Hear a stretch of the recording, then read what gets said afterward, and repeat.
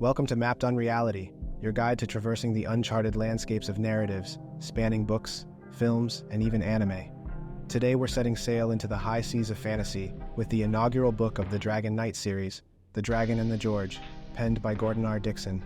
Enter The Dragon and the George by Gordon R. Dickson. This enchanting narrative escorts us through the journey of a man who, much to his surprise, finds himself in the body of a dragon, in a world where chivalry is in full swing and damsels in distress are easy to come by.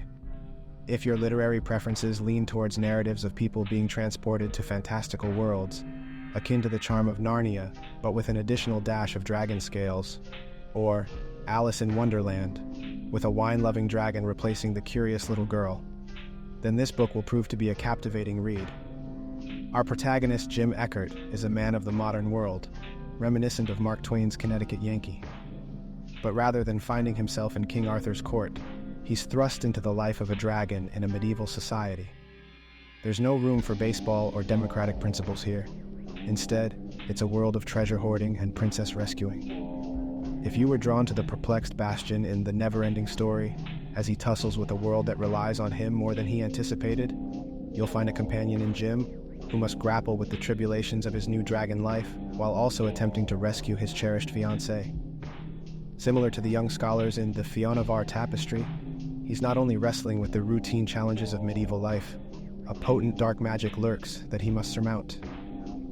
The Dragon and the George is an exhilarating ride that cleverly subverts the classic fantasy trope of man versus dragon by transforming the man into the dragon.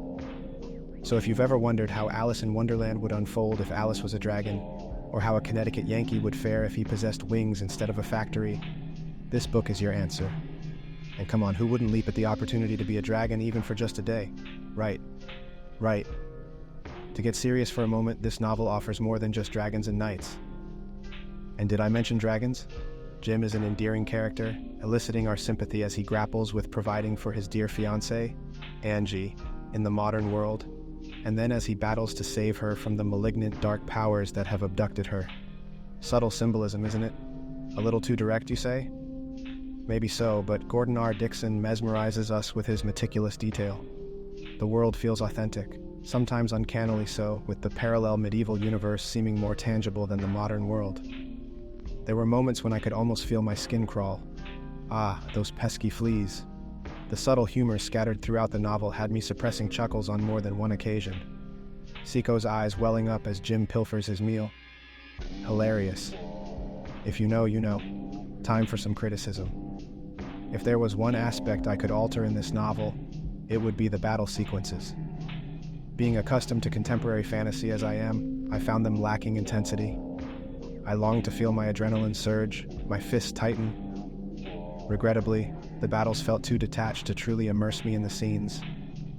Bear in mind, The Dragon and the George made its debut back in 1976, a time when the fantasy genre hadn't yet embraced the gritty, hyper-realistic battle scenes that today's readers have come to expect.